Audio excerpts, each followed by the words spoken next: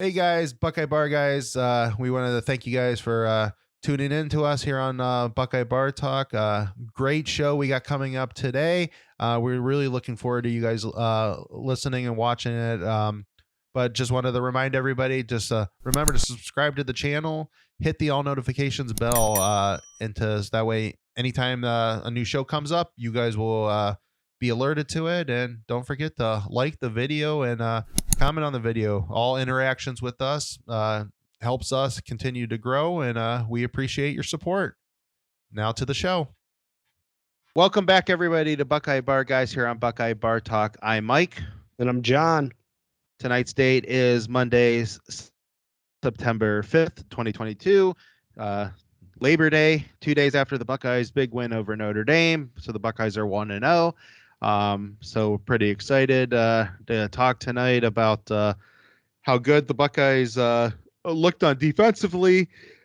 Who we definitely loved how the offensive line especially played in the second half. A little things with the passing games we'll go over. The offense was a little bit more sluggish than we expected, but we'll start with the defense. I mean, there's not much more you can say, John. I mean, they gave up 10 points in the first half. I mean, kind of a couple flukes in there. I mean, it seemed like the Irish was given every lucky rainbow, gold, whatever you want to say about whatever that they could get in that first half. I mean, a couple literally balls dropped right into their laps.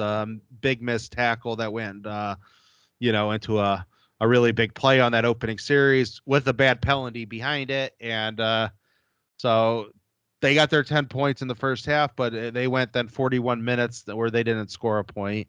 And the Buckeyes eventually grabbed momentum in the second half, and 21-10 was the final score. So we'll start defensively. How did you, I mean, I know how I feel. I'll talk about that here in a second. Just your impressions of Jim Knowles' debut as defensive coordinator.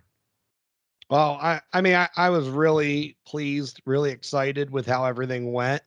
I had just so many bright spots on the defense. Defense didn't look lost. I think that was the most important thing to take from this is that guys were stunting, they were going to different gaps, and it was never like two guys were in the same gap, like everyone knew what their assignment was. Defensive line created a lot of confusion, which just let the safeties and linebackers come down, spilled things to the outside like they wanted to.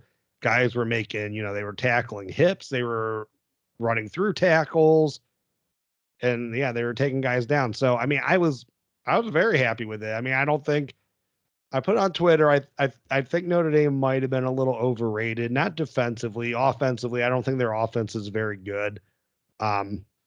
At least, I don't know, maybe it's just they're a new offense. So there's a lot of pieces there that they got to learn how to work with each other.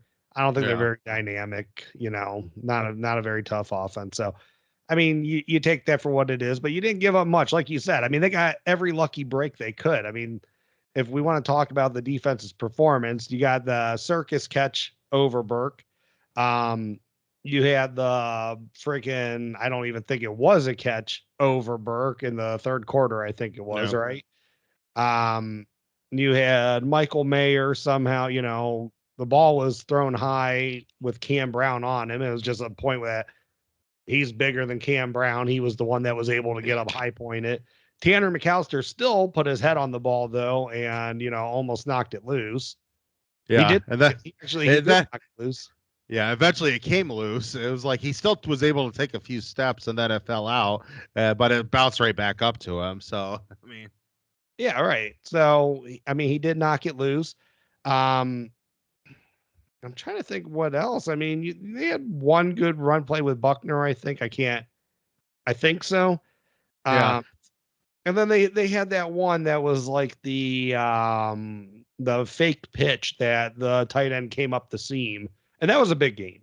And I was surprised they didn't try that later on in the game again, because that actually fooled Ohio State. That worked well. Maybe it just wasn't there. I don't know, for them another time, but that was really the only play I can think of where they fooled Ohio State. Yeah. So, I mean, you look what you saw last year compared to this year. You were stopping the run, yeah, and you looked like you knew what you were doing. I mean, if that exact was played last year, I mean, Notre Dame has a very good offensive line. They got good running backs, and they got two good tight ends. So if that exact game was played last year and the offense looked like was really having a hard time getting over, I mean, I I know a lot of people said on Twitter, it's like, well, that we would have definitely lost that game last year. I'm not going to say definitely, but I would have been like 60-40. Notre Dame might have beat them, and that they were that sluggish in parts. I mean, there was very few parts in that game. Even after that first half, I'm just like, eventually Ohio State's going to be able to score, and Right. they're going to. I just don't see how Notre Dame is going to keep up with points. I mean, and honestly, if Ohio State wanted to, they would have scored another touchdown probably in the fourth quarter. I mean, at that point, Notre Dame was so I mean, Ohio State ran the last couple minutes out. I mean, they would have if they would have been going for their hearts, they would have scored on them. I will. The one thing on the defense that I really like. You remember what's his face, the linebacker coach, Urban's guy. Why can't I think of his name right now? Billy Davis, is that it? Billy Davis, yeah. Yeah. I mean, and that year in 17, when him as the linebacker coach and Shiano just kept on putting those linebackers at the line of scrimmage, and then they could never get back into place. There was so many times in the game this past Saturday where you have Sawyer standing up as the jack, and they basically have both linebackers right up at the line of scrimmage too, and they all pretty much just right behind linemen, just filling behind them, and then you have no idea who's dropping and who's not dropping. And they did that a lot. And none of those linebackers were out of place on the ones that dropped. And so, it was just like, it was like how what they were trying to run a couple years ago, but somebody who actually could run it. And they really were tricking Notre Dame to the point at a lot of different spots in the game. And when you say about flukes, in the first series of the game, and I know the penalty's still there, but that's only a 10-yard catch. If 8-10-yard catch, if Proctor comes up and makes that tackle and wraps up, okay, so you give up a 15-yard penalty, but I don't know what Notre Dame does after that. That doesn't even get it to the 50. And, and the other one on their long drive that, it's third down when what's his face, all that ends up right into his lap. So, I mean, it's crazy to think of. I mean, there was a legitimate opportunity if Proctor makes that tackle and that one guy doesn't make that crazy catch, they don't score. Right. And it was right. And it was honestly just as easy as what you said. The one thing I took away from it, just kind of piggyback of what you said earlier about how there are so many people like last year we lose that game. I don't necessarily believe that's true. I'm kind of like you on that one, that I don't think we necessarily lose the game. But I I think about the two games that were really close, like last year that we did win. So Penn State and Nebraska, where we're like, wow, the defense actually kind of held on and won those games. But it was like, oh my gosh, can we hold on? Like our defense can lose this game at any moment. Like, no, barely. I think Nebraska was a little bit easier because their offense wasn't as good. I think I remember this correctly. But it was like you're kind of hanging on by a thread, like they're getting first downs here and there, and they're just not finishing the deal. And this time it was like our offense is eventually going to catch up. Like these guys aren't moving the ball on our defense. We're going to be okay. No. And it was. And I never got worried in this game. I wasn't like, oh my God, we're going to lose to Notre Dame. Like it was like, it's going to be fine. Like we're going to figure this out. We'll talk about the offense here in a little bit. They'll get it together though eventually, but these guys aren't doing anything. So unless they just keep having lucky bounces all night, which most likely you're not going to get, we're going to be fine. Yeah. And the one thing that Knowles has always prided himself on is he good third down defense, and I liked our third down defense for most of the game. I mean, we didn't give them a lot on third down, and we got a.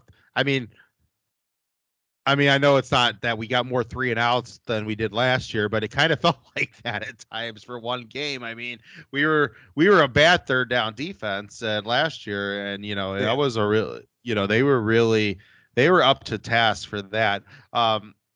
and the other thing I liked is that, I just thought that I loved all the different stunning and stuff that they did. That they were, because LJ, that was always what he's prided himself on, and it kind of seemed like they maybe, not necessarily that they got away from it, but maybe that some of the guys on the team aren't picking up the different types of moves that LJ used to teach and is really over the last couple years. And it just seemed like a lot of that was back, and they were putting so much pressure. I mean, Michael Hall to begin with, but JTT had a bunch of pressure. Zach Sawyer was, or Sawyer was all through there. Even Harrison at different times. Teron Vincent looked very, very good. I mean, it was like they were all making moves at different points, and they were just seemed like they were all picking up all the finer details. And I think so. I think you mix that's really what LJ likes to teach. And then when you're mixing in with this different stunts, like I texted you when I rewatched the game yesterday, that last sack, or that sack Mike Hall had at the end of the game, in the fourth quarter. I mean, he's literally, Jack is like right behind him, and the left tackle has no idea which way. The left tackle engages Hall, but he's trying to keep an eye on Jack, and like Jack does a little head move, like he's going outside of the right tackle, and goes right back in, and it completely fools the tackle out, because the tackle went, and when he went, because the guard took Sawyer, that Hall was just completely open. And so, it's a great move by Hall, but at the same time, it's a great move by Sawyer. And it's like, there's different things that it seems like that they can do stuff like that we haven't really seen in a couple years. And so I really was impressed with that. I was really impressed, like I said, on third down, but I was impressed how, the one thing we know about Knowles is he likes to keep things very tight on third down. He likes to keep his safeties at the third down line, or at the first down marker, and they did that. I mean, that one play that Hickman comes up and takes out Mayer. I mean, Mm-hmm.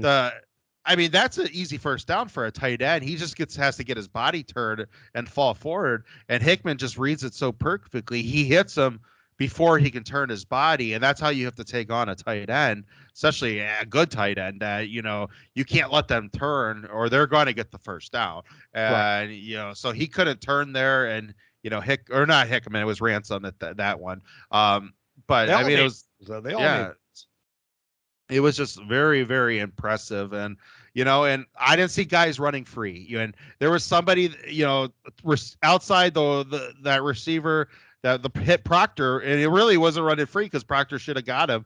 That was the only run free that they had the whole game. I mean, anything else, there was somebody there to at least take them down. And pretty much right after they caught it, and they were swarming to the ball beautifully. I loved how Steele and Eichenberg both looked. I mean, they looked like old school Ohio State linebackers. Not much got past either one of them to the outside. There was a couple times where Buckner tried to get and one of them was right there for only like a 1 yard or 2 yard gain, and to take him out. So that, I mean, just impressed all the way around by the defense. Yeah, I know. I mean, I think there was a star on each level. Defensive line, I mean, I felt like there was, like you said, like Sawyer, he had a good day. That sack you were referencing, I mean, Sawyer is right behind Michael Hall, but JTT is only like 2 steps behind them also. Like, Yeah. all 3 of them, had a chance to make a play. I'm trying to think, who else. Oh, and then on, the go up to the next level, both Eichenberg and Steele played really well. I mean, well, the touchdown drive was a little upsetting, just because it was kind of like you had them not necessarily like pinned, but I think they were like the 15-13 yard line starting that off, and you marched out with like your third team front 7, which I don't know. I mean, I know they like to have a rotation, so that is what it is, whatever. And then on the safeties and the secondary level of the defense, Latha Ransom, I mean, he played an excellent game. And it was all over the field. my notes, I was a little, when I was rewatching it, I had a late night when I was rewatching it, so my notes were Mike Hall, badass, BA. We'll shorten that moving forward. Tackle, sacks, penetration, Tommy Eichenberg, all capitals, BA. And then Latha Ransom was whole yes. That so I was in my rewatch, I was very impressed with all of them, but they were all over the field, all of them. And Yeah. Eichenberg, I don't want to hear another comparison that guy is Tough Borland. I think and no disrespect to Tough whatsoever, but I think maybe, it might be time to start maybe James Laurinaitis comparisons if you want to go that route of, Yeah. white linebackers that played for Ohio State. I'm not ready to give him Katzenmoyer status yet, but No, he was definitely he was all over the field. I was pretty impressed. I definitely really impressed with him. And the linebackers, they weren't a liability. And when you play a bunch of tight ends like Notre Dame has, a liability linebackers can be very scary. mhm. Even though we both agree that they didn't necessarily have if the offense was playing at its offensive game, they didn't have the outside players to play with Ohio State. Right. But when you have a game like that, tight ends are very hard to play with because it is a tight game throughout. That if your linebackers are a liability, that could have been a scary game. But and it didn't end up being because they were both just so impressive throughout the game. I mean, they were just making tackle after tackle. I mean, how many times did a couple times I just remember. Eichenberg made so many plays that you kind of forget how impressive Steele was, and Steele made, especially in the first half. I didn't see him as much in the second half, it seemed like, but I'm sure he was there. I mean, it was kind of in the second half. That's when the defensive line really started taking over. Yeah, it's that they, he was, a couple of times he was there to meet Buckner and meet the running back in the hole and stuff like that. And they were flowing to the ball just so perfectly. And, you definitely saw it. There was a lot in the defense that it was simple, but it was multiple. And that's what he always said, that, there's just so many different things you can do out of it, but it's not a hard defense. And they were really, really going to the ball. I mean, there was a couple times, like there was that one counter QB run that the tight ends were lead blocking that got him a little crossed up a little bit.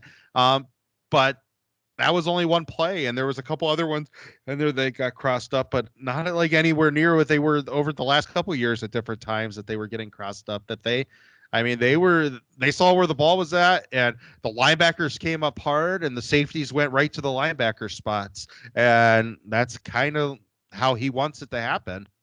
Yeah. I felt good all around, like you said, though. I mean, it was just, all the multiple looks, man, that just, it confused the offense. You could tell. And I'm telling you, like, the strength program, you could tell it was definitely in full effect. And Michael Hall, I don't know if he prefers Mike or Michael. I think Michael, he is a beast, man. That dude is just an ox. And, when you can confuse those linemen, he is just too damn strong if they're looking somewhere else and not 100% focused for him to punch them in the chest, because he was just getting off of everything. I mean, it seemed like what everyone said about how fast he is, that quick first step, definitely seemed like he had that. But also, to go on top of that, I mean, he just seemed like he was just stronger than their entire interior. Like anyone he was up against, he just disengaged them immediately. Yeah. All right. Anything? We'll do players of the game for the defense. Anything? But before we do that, anything else you want to talk about defense? There's this like. Actually, let's hit Proctor before we talk, because I know you kind of wanted to touch on that one. If there's any issues going forward, we think with him or not. He missed that tackle, and he was still on special teams for most of the night, but Knowles took him out of the game, and that was kind of like, and I'm okay with that. That's like accountability. Now it's Proctor's turn to respond to that. That you can't miss a tackle, and I'm sure he would have put Proctor back in the game at some point, but Latham was just so, everywhere that they didn't need to. And I think Proctor probably has to realize that if you're not going to make the tackle, there's a lot of star power on this team that somebody could take your spot. And, that's kind of what happened. And, I think Proctor will get another chance. I think he'll be fine. But probably the Latham's the starter at that position now. And Well, and I mean, that's where I'm at. It's just, it seems like from what you read about him, what you witnessed, I mean, Knowles, he rides the hot hand. Like, he doesn't like a ton of rotation. He wants guys to be in the flow of the game. If they're playing well, they play well. If they're injured or, completely exhausted, he'll get them out of there. But he wants his best players playing. So, I mean, I agree. I think Proctor is going to get a chance, especially, if you get in some blowouts or stuff when the games start getting more ugly. But Ransom didn't give that job back. I mean, no. he's like, okay, he made a mistake, so I'm going to let you're going to take over now. And he kept the job. So I don't know. I don't know how it plays out from here.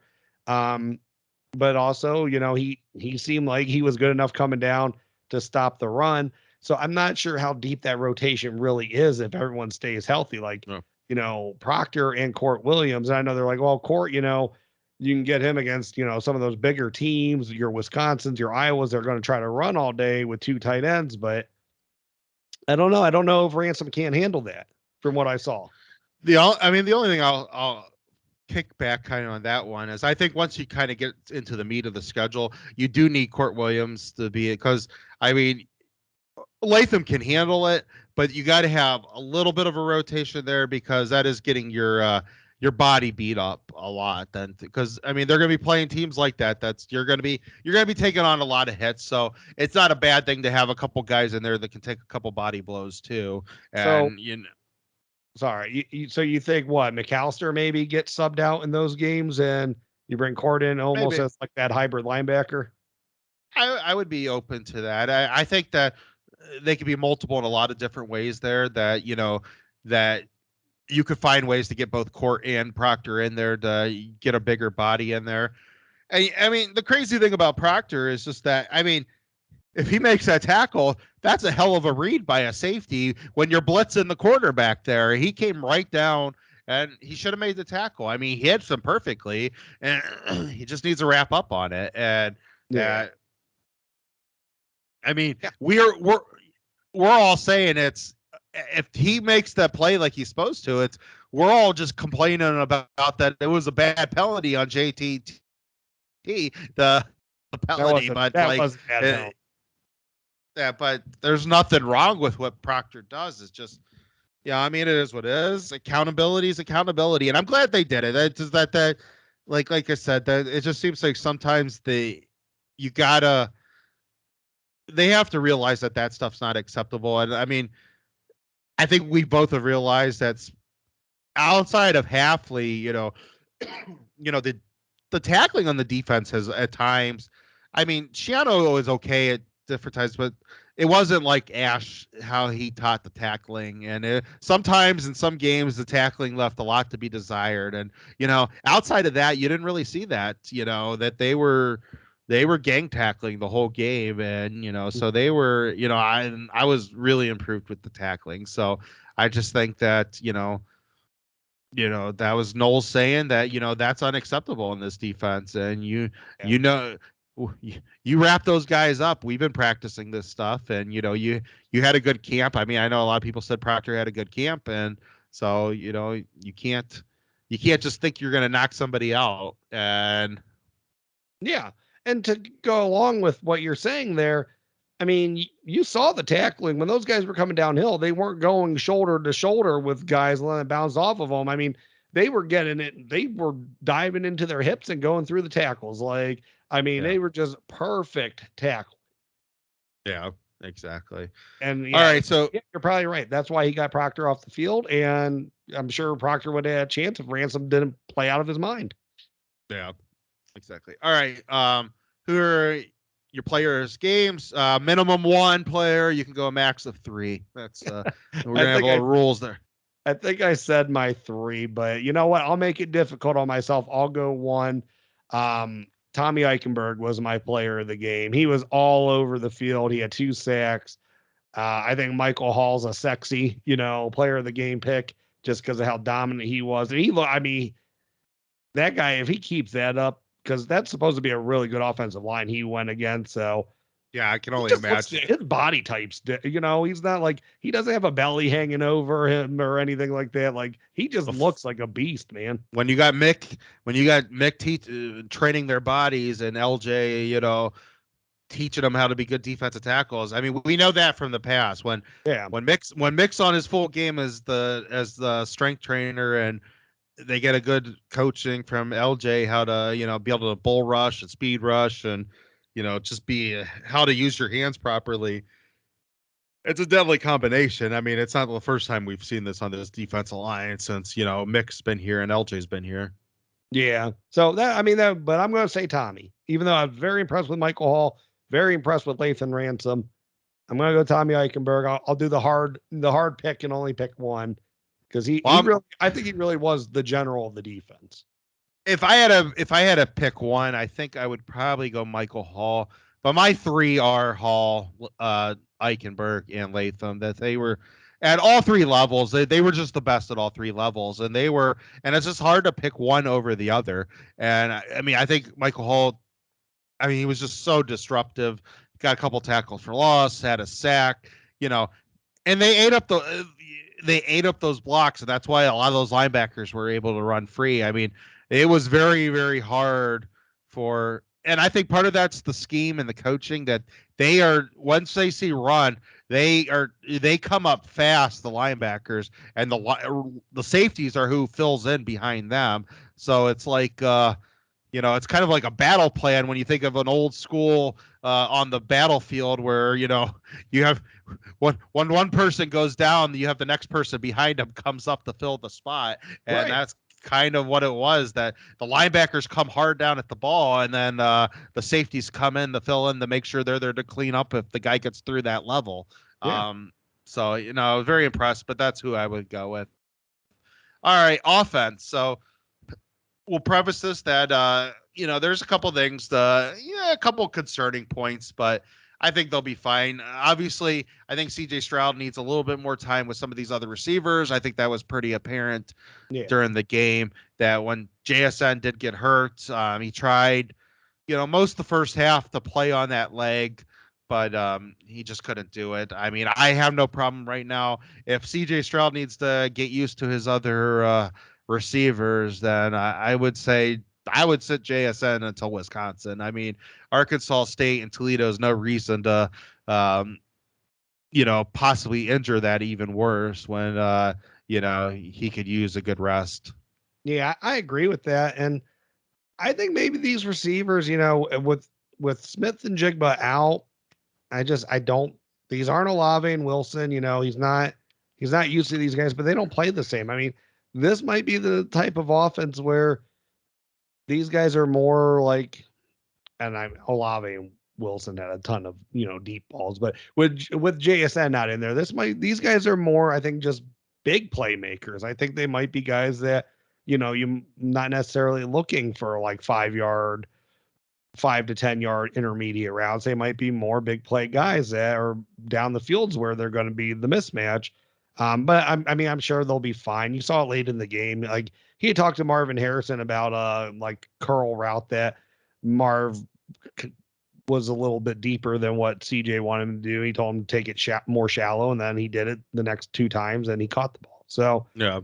it's just getting into a rhythm of these things. I'm not I'm not too concerned. I mean, they made plays when they needed to. I mean, looks like Stroud's arm strength or his timing is still impeccable. I mean, look at that throw to. Did you actually like get to see that touchdown pass to Igbuka a couple times? I mean, if you Yeah. look, that looked like it should have been intercepted by two different Notre Dame players, and he put in just the perfect place. I mean, guy has still just ridiculous anticipation.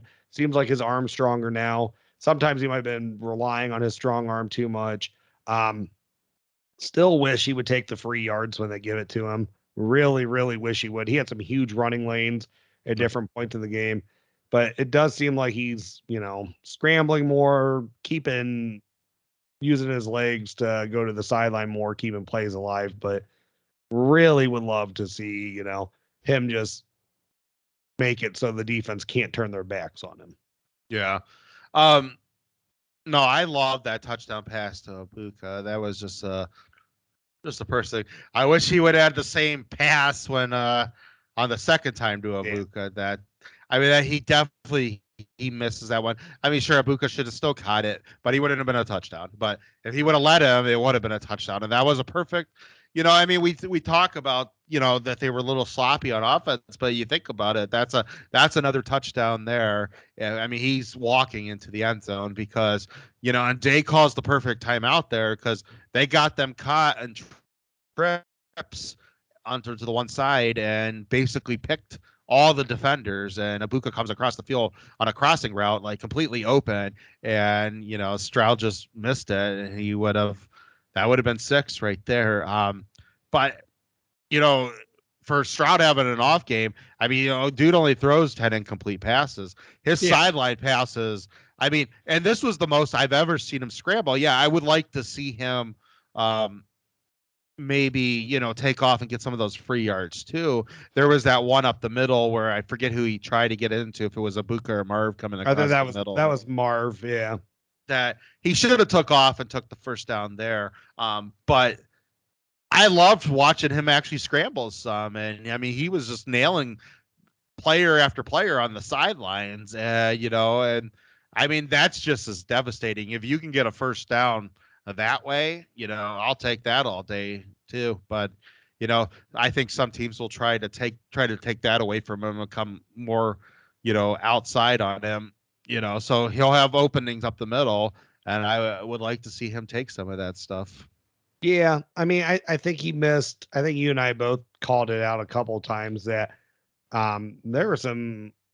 Trey Henderson was open, for a couple real big gains. And One for, and I can't remember on what play it was. One for sure would have been a touchdown. Like he was like nobody followed him, and I don't like. so, which I mean, you can't nitpick every time, there's an open guy on the field. Like quarterback can't see everybody on the field. I He know. goes through reads, goes through progressions. That might have been his last one, and he had found someone else. So I can't, you can't fault him too much that a guy's wide open and you don't see it. But I would have loved for him to hit that one because it would have been a touchdown. Um, yeah, but I mean, I think he played a good game. It's just he needs to get timing with the new guys. It'll happen. I'm not concerned. Hey, you got a perfect two opponents to get some rhythm down coming up. They're not going to pose much of a threat to do anything to you. So now's the time to get that stuff together, get it all figured out going into Wisconsin. So I'm totally cool with his performance. Um, I mean, we'll probably, I don't know if you want to talk about him later or not. I'm going to go ahead and jump the gun and talk about it now. Xavier Johnson, man, the former walk on, earned his scholarship in the offseason. That guy, he caught two passes in a row when Ohio State needed it. He caught a touchdown pass. And then on the opening or the next kickoff, he goes and makes the tackle. Like Yeah. three great plays right in a row. So, like, kudos to him. He fought like hell to get that scholarship, and he made the most of it when the time was in game one.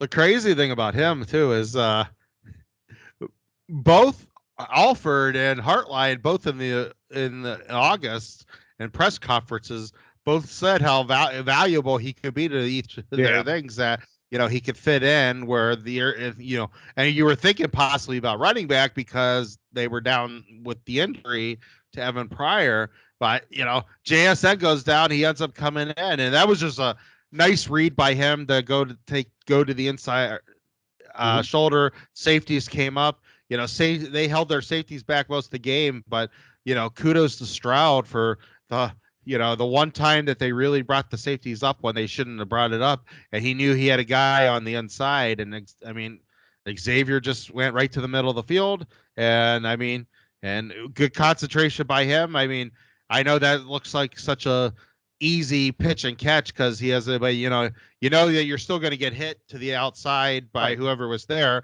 but and all you're thinking about is, I mean, kudos to him. The dude's like, my God, I'm gonna get my first touchdown here or whatever, and all that stuff, all that emotions, and to be able to keep a concentration that I still got to make this catch. I mean, we've Right. seen much more veteran scholarship players drop that pass before. Oh, absolutely. So Yeah. I mean, that's. when you have an easy 6 right there.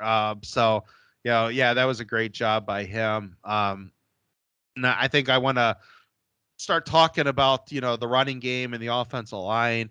Um, you know, I know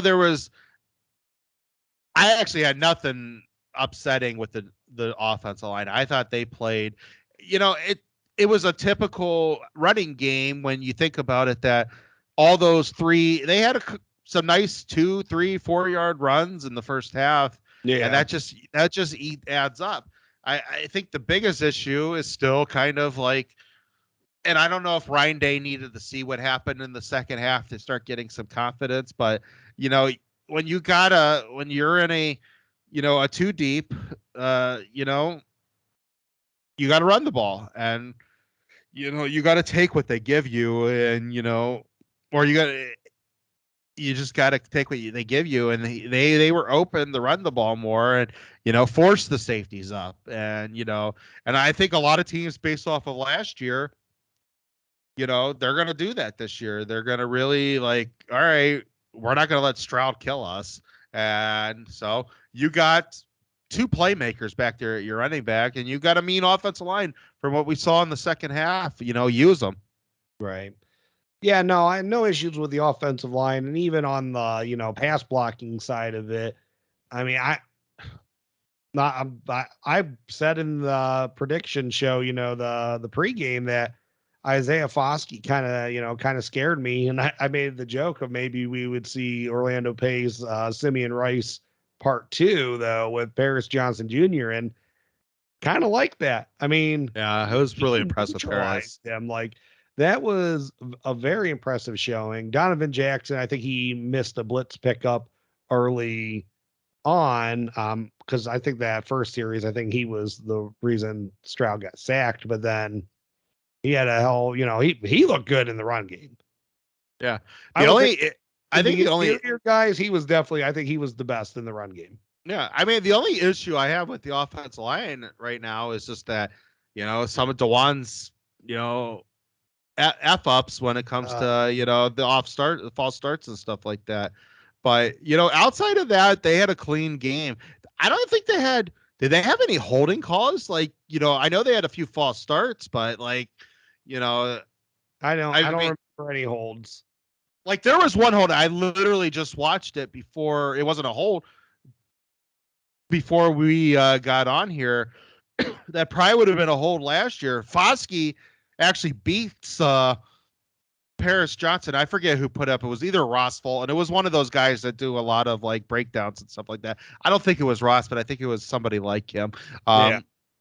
That literally Foskey beat Paris Johnson, but Paris, instead of like holding him, literally had like the most perfect footwork. He actually gets beat off on a speed rush and was able to back up with his foot and actually still cut him off before Yeah. he got to Stroud. And like that was, you don't see that every day. And somebody like that, usually if they get by, you got to hold them because they're going to get to the quarterback. But yeah, it was just unbelievable footwork, and and just the ability to the mental, speed in his head to be able to make that, to get his feet back into place to where he could cut him off again. And it was very, very impressive. I think I shared it, but if not, I would probably have to hunt it down and try to share it. But I mean, it was really good. So no, I had no issues with the offensive line, and we saw in the second half, starting really in the third quarter, their second and third series in the third quarter, they really started running it more, and they were looking, really, really good at starting to take up, different chunks of yards here and there, and that really set up the fourth quarter nicely. Yeah. I'm not ready to sound any alarms yet on Dewan, because he offers you so much. I mean, he is so athletic for a man of his size. He does. I mean, he's a mauler in the run game. He's hard to get. I mean, he is hard to get around. I know he's not always the best against speed rushes, but I get a little concerned with like the 2 or 3 times that they try to run tempo, and I think Day did it because he didn't want plays reviewed, because they were always after a borderline call, But Yeah. the 2 or 3 times that they run tempo and he false starts on all of them, like that was kind of Yeah, just concerning to me. Yeah, I just don't, I don't know if he's not, because they go, so a couple of them we didn't even see because they're moving so fast, and the ESPN camera games left a lot to be desired this weekend. I don't know how the hell that's your top crew, and like they were Yeah. really slow on some camera stuff this weekend, but that's a different, I guess that's probably a different show. uh like that, yeah, I don't know if it's that he's just not getting into his stance fast enough, because I mean he's a bigger guy, Yeah. that maybe takes him a little longer to get moving. I don't know, and it's just not getting down in his stance. But you know, but first game again, I was happy. Like last year, there was a lot of false start issues. They killed themselves. So they'd get a good first down or whatever, and then false start in the next one, take it back 5 yards, or they get a good first down and then hold. So Yeah. I was happy that the holding that they. I mean, obviously there's holding everywhere, but I mean they had some really bad holding calls last year where they were definitely blatantly holding, and I just didn't see that. They were very clean and that type of stuff. So I was happy to see that at least I showed that, and they showed the toughness. I mean, I was very, and I mean when they opened up that hole to, and I know that Mayan had a still bulldoze one lineman over to get the ball across, but they did very good. They were opening up holes in that second half and Mhm. opening up big plays, and they looked very, very good. um I mean Mayan looked great in this game. So I think we'll move there next. I mean, just your thoughts between Mayan and Trey. I mean, they were. First of all, I know. I mean, I did see it. I mean, we even talked about it a little bit at the game. Should Mayan be more of the starter, because he brings something a little different, but they're basically even when you look Oh yeah. at the final stats for the game. Yeah. I mean, it's it's a weird discussion because I still think I don't know. Like you made the call, like you point out that like Trey, they don't always run that stuff like, behind the like up the guard's back or anything like that. That they run a lot of stretch plays with them. And mine, it's like they call the game differently for him. And Trey's not some little weak man, like No. that series with Mayan that he finished, Trey started it off by running someone over. And I don't know if you Yeah. remember that or not, but like he runs hard. Like and he in Yeah. the series after Mayan scored, Trey started that off by running someone over. So he Yeah. can do that stuff. And um I mean, I think upside, ceiling, talent. Trey has to be your starter. He has to be your bell cow. But what a perfect compliment Mayan is, and or Yeah. supplement. I don't even know if you want to call that a compliment or not. Like, I mean, because I think they run very similar. Trey, I think, is a lot faster, but Mayan finds holes, and Mayan is the hardest Ohio State running back I remember though. And They that goes all the way back to Eddie George. He runs harder than anyone I've seen. He keeps his legs moving on anything. He's like watching Marshawn Lynch run. Yeah. No, I agree with that. I think he's definitely I mean the kid's a bulldozer. I mean there's no other way to put it. I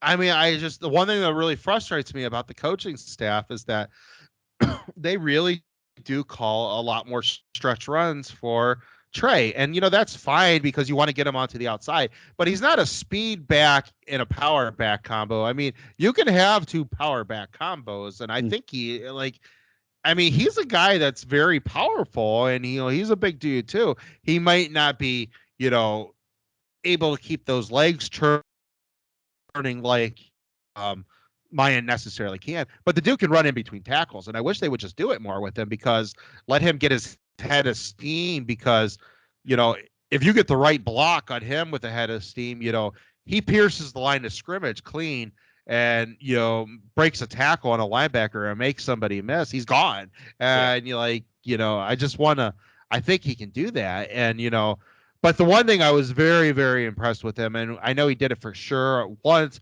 it might have been twice. He had that one where he was kind of plugged up in the middle, and then he was able to work himself back out. Stroud got out there lead blocking for him, Yeah, but yeah. he saw the vision to get out of that, and saw where his opening was the outside, and that was not a lot of stuff he showed this year, or last year, but I mean, he was a one tackle away from taking that to the house, Yeah. and so, Yeah. I mean, I think we're going to see that this year probably a few times where they think they have him bottled up and he just sees an opening to an outside and then he's gone because, he gets loose. Oh yeah, I was very impressed with that too. How he cut back against the offensive line when things were bottled up. Because last year, I mean, there were times that he would get bottled up and he thought he could just like run through it and he'd just run up the back of an offensive lineman and get tackled. And this time around, he was like, "Hey, let me go back. Let me cut back against the offensive line." And there is a lot there for him to pick up. So yeah, I was very impressed with that as well. Yeah. Um, so yeah, I would just like to see maybe, I think this is the biggest thing, and maybe Day just needed a little confidence that he needed to see it from his offensive line. But the two biggest question marks, or the biggest question mark is, the toughness of the team, and the second biggest question mark was, you know, the defense. What could the defense perform? And we saw the defense; they performed, and the offensive line, that toughness. They were tough in both trenches, where necessarily they weren't last year, and they got. I mean, they won that game. They rode the defensive, how good the defense was playing, and then they rode the running game in the second half. And I think that was maybe Day needed to see that, and now he's going to be more comfortable. I just hope you got some really great backs, and you got an unbelievable offensive line. And I know Stroud's could be the presumptive Heisman favorite, but if teams are sitting back on him and too deep, you know, force him to bring those safeties up, and that's just going to help him. Just because eventually they're going to have to, you're not going to. Teams aren't going to let Ohio State run for 400 yards on them, and Yeah. if you just saw, and Ohio State can run for 400 yards on good teams. Like they have the capabilities to do it, so their teams are just going to let them do that. But force them to bring those safeties up, and then let Stroud start picking them apart. Right. And that's just how I would play this right now. Or if they do let you run for 400 yards, you're going to beat them. So, I mean, it's, Yeah, I think it was kind of going again, what you're saying. It was very important to win in this manner because your defense looked really, really good. And you won it on the back of, your run game on offense, which that's, you heard Michigan going into last year, and I heard Notre Dame fans saying it this year that the goal was make this a possession game going into the fourth quarter where you have the ball and you're just going to bleed the clock and beat Ohio State, that they're not going to be able to stop your run, and you're going to just pretty much shove it down their throat and end the game because they're not tough enough to do it, tough enough to stop it. And that's the manner of which Ohio State won this game. So I think it was very yeah, important to be able to shove that right back into, all the critics' faces. Um, and like you said, I mean, if it's available, your run game's good enough to dominate. And you have a great run blocking offensive line. At least it looked like that against Notre Dame, who, hand to God, I was very impressed with their defense. Notre yeah. Dame I was very Notre impressed Dame's with the defense. defense, where I was very underwhelmed by their offense, their defense definitely impressed me. They were a lot better than I thought they would be, even though I knew, I mean, I said the stats on the pre-show, but I knew they had a ton of production coming back on defense, but I didn't think that they were going to hold up as well as they did, and they impressed me. Yeah, no, I agree with that. All right, let's hit our offensive players of the games. Unless you have anything else you want to touch on the offense. Now, my two, I got two. Um, Mayan Williams, even though, I mean, like you said, Henderson and him, they were almost identical. Mayan had the touchdown. They were both at 6 and 6.1 yards per carry. So very similar type of production, which I said, you needed 5 yards per carry. But Mayan just like Trey got tired, whatever, came out in that the fourth quarter drive, and Mayan's number got called, and he made the most of it. Man, he was running over people, made a friggin' phenomenal catch on the sideline. I don't know how he kept his feet in bounds for that. And just he showed up when he needed to as a backup running back. That sometimes that isn't the easiest thing to do, and he took that drive over. Even though Mayan started it, or I mean Trey started it, did very well, but he took over on that. So I'm very impressed with him. And Yeah. then the other one, I kind of touched on him, is just Paris Johnson. I don't think he was perfect by any stretch, but really, really, really, really good. So I don't want to make it sound like he didn't do well. He neutralized their best defensive player. So I got to give him, he's the second one. Yeah, I'm going to go with the same two. I thought Mayan, when we really just needed I mean, when we needed that just mean and toughness. The kid runs mean, he runs tough, and he just something like that, and that inspires your offensive lineman to do the same thing. And it's both ways, and it's like you try to compete each other, who's the meanest one out there, and that's kind of what you get. I kind of remember that. That's kind of how that game, and that fourth quarter running him down the field. I mean, that kind of felt like one of those fourth quarters back in like '07 or whatever, or in Mm-hmm. 2012 when Beanie in seven when he just took over the game. And then you think about some of those Braxton Miller, Carlos Hyde, just like Yeah. that, a second half of the game, because they had a couple close games in 2012 where it was just like they literally ran the ball the whole second half, and this like no one could stop them, and they were just running people over and making people miss, and they were just such a tandem together.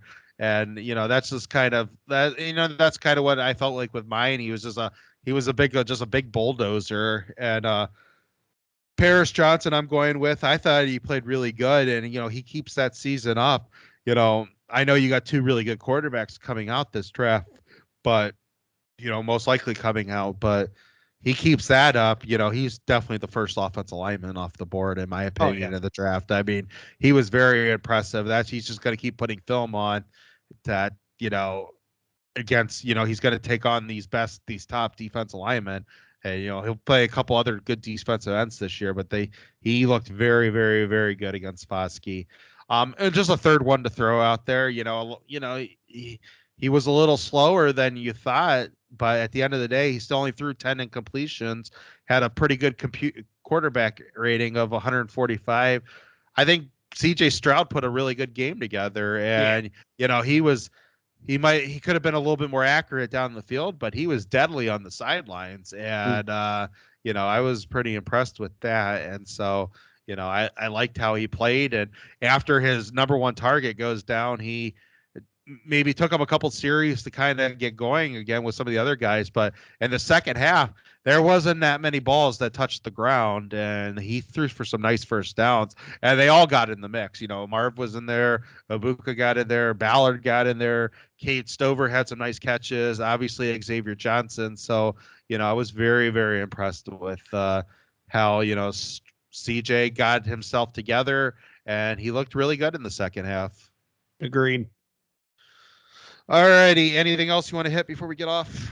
Real quick, because I don't want to spend too much time on this. What are your thoughts about Ohio State not pressing or not challenging calls more than what they did? I mean, three stand out to me. There was a pass that seemed like it was not a completion in the third quarter. That was a big pass. That was a big one to me. What else? I mean, I would like to There see them was challenge. Ryan Williams catch that. It seemed like that was a roughing the passer that they Yeah. didn't. And I don't know. I mean, that's on the refs too. They should have been able to get that. I mean, they would have called it on Ohio Can State. And can then Ohio State challenge that? no, I think, but it seemed like I don't know, Day was too busy, I think, rushing to snap the ball that Yeah. they weren't complaining about it, which I mean, it seemed like it was. And then finally the hit on Jackson Smith and Jigba, which I don't know, maybe you and I have a different understanding of that because we both said that wasn't targeting because he wasn't a defenseless receiver. He's running, and I know a lot of Buckeye fans said that his defense, that it's a hit above the neck and shoulders. Targeting, the way I understand it, I know they tweaked it some this year. So if you are a defenseless player, you cannot hit above the neck or shoulders. If you're not defenseless, you can't hit somebody with the crown of your head and now it's the top of your head. That's what they changed it to. You can't hit somebody with the crown of your head. That's the player safety. He was a 5-yard pass and he ran for another 5 or 6 yards. And so he's not defenseless at that point. So the whole above the neck and shoulders is not a targeting anymore. Right. Because it was the arm or shoulder, whatever it was. It wasn't the crown. Yeah, it wasn't anything with the helmet. It was he hit him high. If he hit him high right when he made the catch, that would have been a defenseless receiver, and they should call targeting. But it wasn't. It was an unfortunate thing. But under their rules, and we've talked plenty of times about just how BS targeting is as a rule, that they need to do a lot more tweaks to it. But under their ruling, how the rule is wrote, that's not targeting. Okay. Yeah, I mean, and that's still how I understand it too. I saw a lot of people on Twitter like, why wasn't that reviewed? Why wasn't that targeting? I'm like, man, I thought that was, as much as it sucked, like, he wasn't defenseless. I think Buckeye fans, we all get frustrated with it because we've seen a couple of our guys kicked out before.